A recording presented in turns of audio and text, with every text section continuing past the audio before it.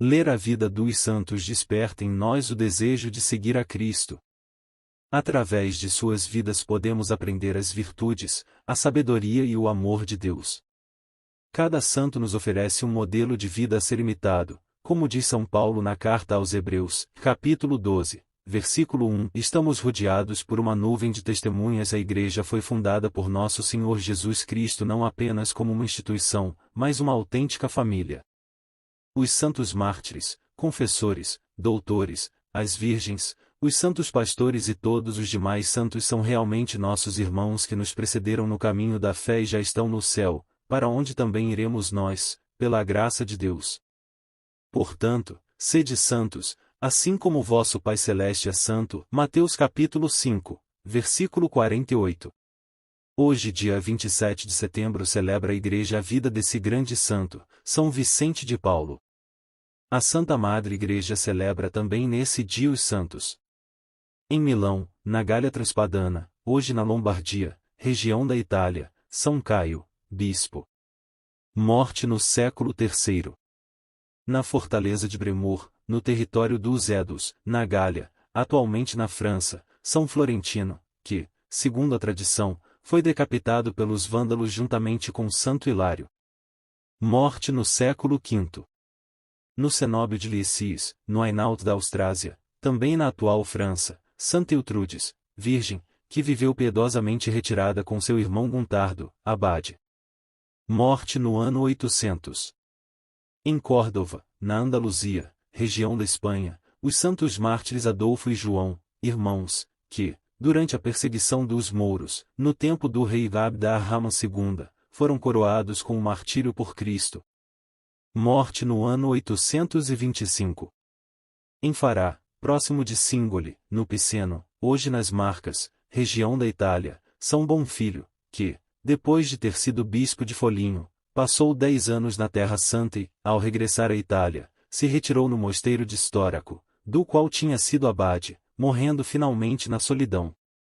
Morte no ano 1115.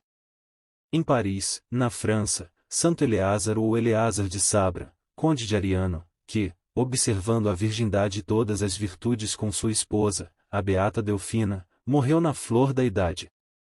Morte no ano 1323. Em Pistoia, na Etrúria, hoje na Toscana, região da Itália, o beato Lourenço de Ripafrata, presbítero da Ordem dos Pregadores, que observou fielmente durante 60 anos a disciplina religiosa e foi assíduo na administração sacramental da penitência. Morte no ano 1456.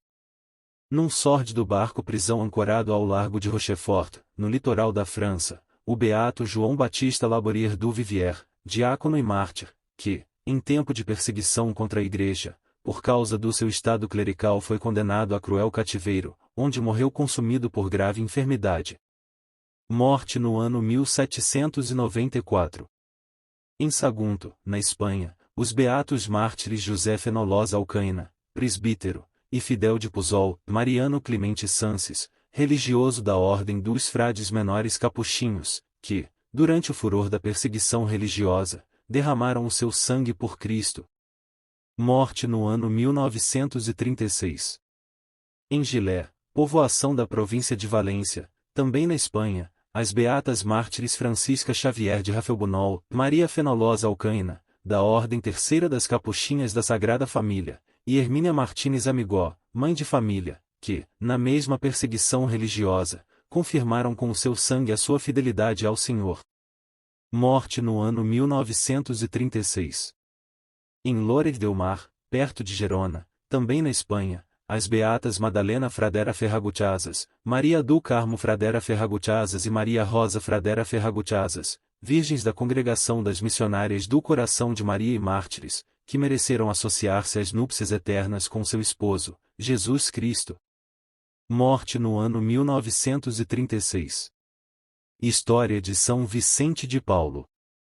São Vicente de Paulo nasceu em 24 de abril do ano 1581, em Pau, no sul da França e foi batizado no mesmo dia. Faleceu no dia 27 de setembro de 1660, em Paris.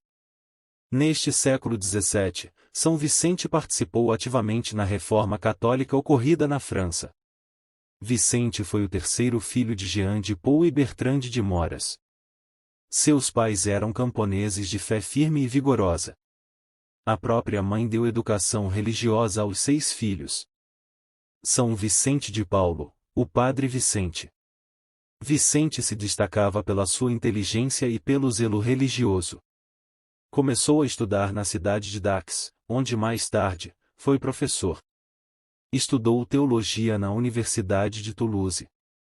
Sua ordenação sacerdotal, com apenas 19 anos, foi no dia 23 de setembro de 1600.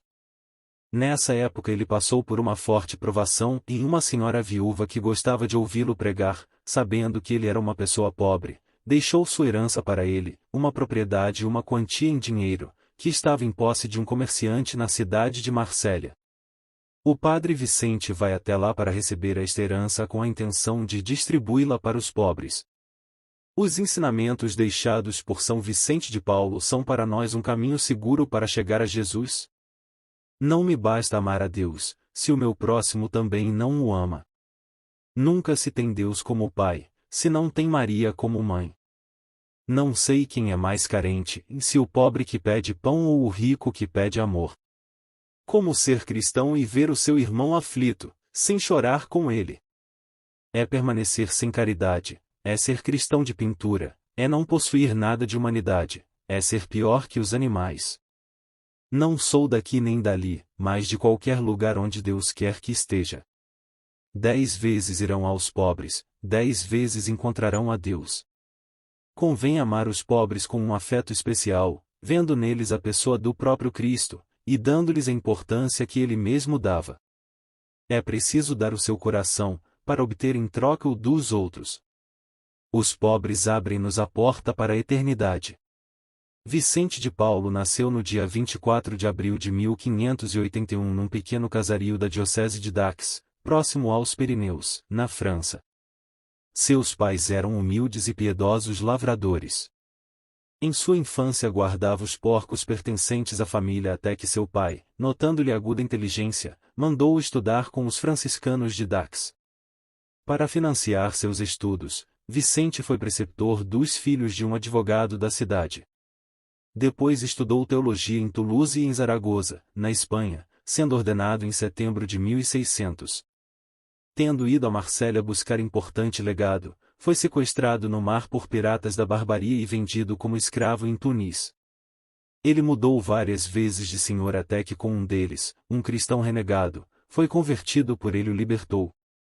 Depois de uma estadia em Roma, Vicente foi para a França, encarregado pelo Papa de uma mensagem sigilosa para o rei Henrique IV. Nomeado capelão da esposa deste, a rainha Margarida de Valois, ele fazia, em nome dela, a distribuição de esmolas aos pobres, e visitas aos enfermos no hospital. Após o assassinato de Henrique IV, em 1610, São Vicente passou um ano na Sociedade do Oratório, fundada pelo cardeal Pierre de Berulle, introdutor do Carmelo na França, e pôs-se sob sua direção. Quando Berulle foi nomeado bispo de Paris, encarregou São Vicente da paróquia de Clichy, nos arredores da Cidade Luz. Sempre obedecendo a seu diretor, foi depois preceptor dos filhos de nobres franceses. A piedosa senhora de Gondi escolheu São Vicente como seu diretor, e pediu-lhe que evangelizasse as povoações de suas imensas propriedades. Foi no contato com essas populações que foi amadurecendo no santo desejo de fundar uma congregação de missionários dedicados às missões. O santo foi depois vigário em Châtillon. Foi ali que, em 1617, reunindo as senhoras da sociedade local, fundou as Confrarias da Caridade, ou Damas da Caridade, visando ordenar a distribuição de recursos para os necessitados. Essas confrarias difundiram-se depois por toda a França. Voltando ao Palácio dos Gondi, Vicente de Paulo foi nomeado capelão-geral das galeras por Luís XIII, o que lhe permitiu assistir pessoalmente aos condenados às galés. Estes eram muitas vezes autores de crimes comuns, condenados para suprir a necessidade de mão de obra da marinha francesa em expansão. Carregados de correntes, viviam nos porões, alimentando-se de pão preto e água, geralmente cobertos de úlceras. Seu estado moral era ainda pior do que a miséria física em que viviam. São Vicente obteve para esses infelizes vários benefícios e alívios materiais, conquistando seus corações para falar-lhes então do céu. Converteu muitos deles e procurou que pessoas importantes também se interessassem por esses condenados. Quando São Vicente evangelizava as terras da família de Gonti, outros sacerdotes se juntaram a ele para instruir aquela gente abandonada. Esse grupinho começou depois a pregar missões em outras localidades. Foi o início da Congregação dos Sacerdotes da Missão, fundada oficialmente em abril de 1625. Íamos, dizia o santo, ingênua e simplesmente, enviados pelos senhores bispos, evangelizar os pobres como Nosso Senhor havia feito, e eis o que fazíamos. E Deus fazia, de seu lado, o que havia previsto desde toda a eternidade. Ele dava algumas bênçãos aos nossos trabalhos. O que, sendo visto, outros bons eclesiásticos juntaram-se a nós e nos pediram para ser dos nossos. Considerando depois a grande expansão de seus sacerdotes, o santo exclama: ó Salvador! Quem pensou jamais que isso chegasse ao estado em que está agora? A quem me dissesse isso então, eu julgaria estar zombando de mim. Em novembro de 1633 fundou, com Santa Luísa de Marillac, a Congregação das Filhas da Caridade. Santa Luísa, de nobre nascença e de muito maior nobreza de alma, foi o braço direito de São Vicente tanto para a fundação das Filhas da Caridade quanto na direção das Damas da Caridade. Além dessas duas instituições, foi possível a São Vicente ocupar-se de mais uma importante obra, que foi o cuidado dos recém-nascidos abandonados. Naquela época difícil, de 300 a 400 crianças eram abandonadas anualmente pelas mães, geralmente às portas das igrejas. Felizmente o crime do aborto não estava disseminado como hoje e às crianças era dada uma oportunidade de vida. São Vicente passou a recolhê-las em um hospital que fundou para esse fim, sendo seu primeiro cuidado regenerá-las pelas águas do Santo Batismo. Cuidava depois de sua alimentação e formação religiosa, até que estivessem prontas para enfrentar a vida. O cardeal de Richelieu de tempos em tempos consultava São Vicente de Paulo a respeito de assuntos da igreja, sobretudo quanto aos eclesiásticos que ele achava dignos para o episcopado. O santo alertou de que, para ter bons eclesiásticos, era necessário ir ao seu nascimento, isto é, ao seminário menor, segundo intenção do Concílio de Trento. O cardeal concedeu então a São Vicente uma grande quantia, para estabelecer um seminário menor e outro maior nos quais se deviam incentivar sobretudo a virtude e a oração. Vendo os belos frutos desses seminários, vários bispos quiseram ter o mesmo em suas dioceses, e confiaram sua direção aos padres das missões. Nas desolações provocadas pelas guerras dos 30 anos e de religião, São Vicente recolheu em Paris os sacerdotes, religiosas e fidalgos das regiões devastadas, que a guerra tinha expulsado de suas terras. Fez o mesmo com os católicos e nobres da Irlanda e da Inglaterra, perseguidos pelo infame Cromwell. A respeito desses nobres empobrecidos, dizia ele, é justo assistir e socorrer essa pobre nobreza para honrar Nosso Senhor que era, ao mesmo tempo, muito nobre e muito pobre. São Vicente de Paulo foi auxiliado em suas múltiplas atividades pela Companhia do Santíssimo Sacramento, sociedade fundada em 1627 por nobres franceses profundamente católicos, com a missão de fazer todo o bem possível e afastar todo o mal possível. O santo filiou-se a essa companhia, que muito trabalhou em prol da reforma católica desejada pelo Concílio de Trento. Não se pode ter um verdadeiro fervor religioso se não se iniciar pelo clero, então muito decadente e desordenado. Começou tal reforma secundando o bispo de Belvais na preparação dos neossacerdotes para o ministério, por meio de um retiro de 20 dias antes da ordenação, no qual eram tratados problemas tanto de ordem moral, religiosa quanto prática para que os recém-ordenados pudessem exercer seu munus sacerdotal. Essa prática estendeu-se depois para Paris e toda a França e Itália. Entretanto, era necessário preservar e aumentar o fruto desse retiro. Para isso o santo propôs aos sacerdotes uma conferência espiritual semanal, na qual eles poderiam ser esclarecidos sobre pontos de dúvida, e se ajudarem e encorajarem mutuamente nos trabalhos de seu ministério. A conferência das terças-feiras, que se realizava em São Lázaro, casa-mãe de seus missionários, com esse fim, atraiu eclesiásticos que depois se notabilizaram como arcebispos, bispos, vigários gerais ou párocos em diferentes dioceses do reino. São Vicente ambicionava ainda mais. Não era suficiente ter eclesiásticos bem formados, se estes não fossem auxiliados por leigos também com boa formação religiosa. Abriu então as portas da casa-mãe dos lazaristas, como ficaram conhecidos seus sacerdotes, para todos os leigos que quisessem retemperar sua fé por meio de um retiro espiritual bem feito. Isso foi de grande importância para a reforma religiosa. Grande reviravolta na vida de São Vicente de Paulo. Ao retornar de Marsella, o navio em que ele viajava sofreu um ataque de piratas turcos. Padre Vicente tornou-se prisioneiro e foi vendido em Tunis como escravo. Depois, foi vendido a outro homem que, ao morrer, o deixou como escravo herança a um sobrinho fazendeiro.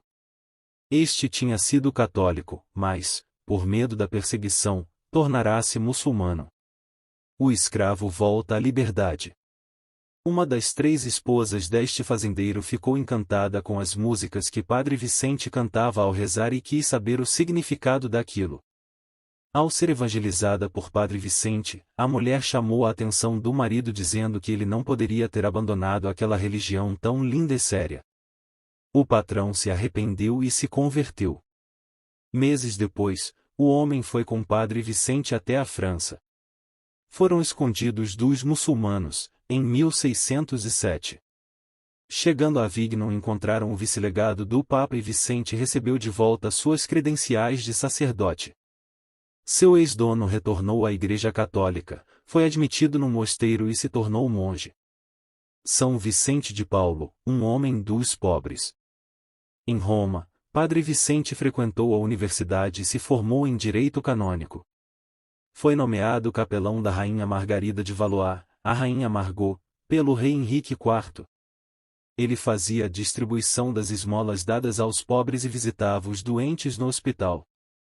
Padre Vicente cumpria sua missão de sacerdote com tanto amor e zelo, que todos já o tinham como santo. Para o Padre Vicente, cada doente e cada pessoa, por mais miserável, era a própria pessoa de Jesus Cristo e tinha que ser tratada como tal. O cardeal Pierre de Berulle, bispo de Paris, nomeou Vicente de Paulo como vigário de Clichy, um bairro da cidade. Legado para a humanidade de São Vicente de Paulo. São Vicente fundou a Confraria do Rosário, que se dedicava a visitar e cuidar dos doentes. Por isso, ele se tornou capelão geral e real da França. Depois, ele fundou a Congregação da Missão, dos Padres Lazaristas, que trabalhava para evangelizar os camponeses. Num apelo feito pelo Padre Vicente em Châtillon nasceu a Confraria da Caridade, conhecido também como Movimento das Senhoras da Caridade. A primeira religiosa foi uma camponesa, Ir Margarida Nacial, que teve orientação de Santa Luísa de Marillac. Depois, oficializou a Confraria das Irmãs da Caridade, atualmente conhecidas como Filhas da Caridade. O organizador da caridade. Inspirado por seu amor a Deus e aos pobres, Vicente de Paulo organizou muitas obras de caridade, doando-se inteiramente aos irmãos mais necessitados. Ele é considerado o pai dos pobres e também causou muitas mudanças no clero.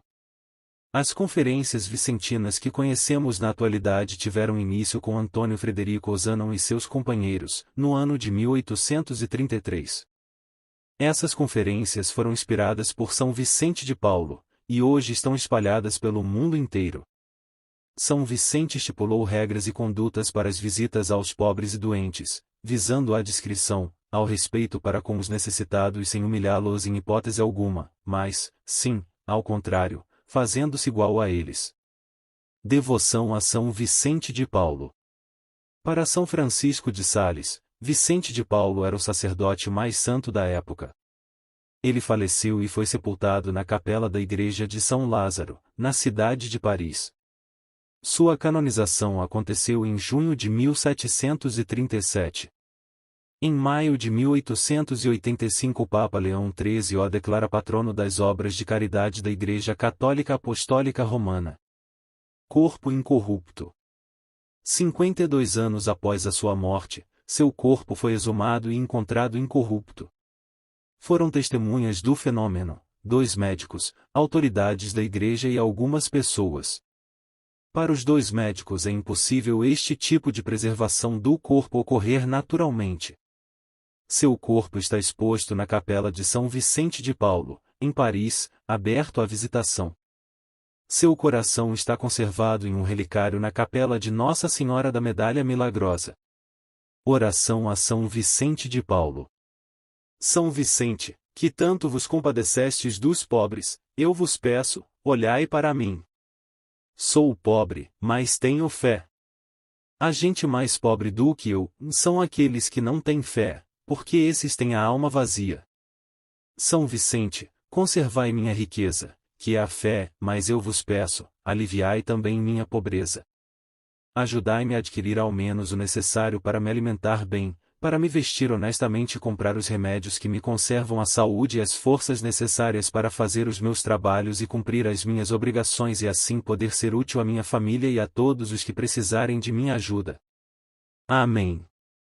São Vicente de Paulo, rogai por nós.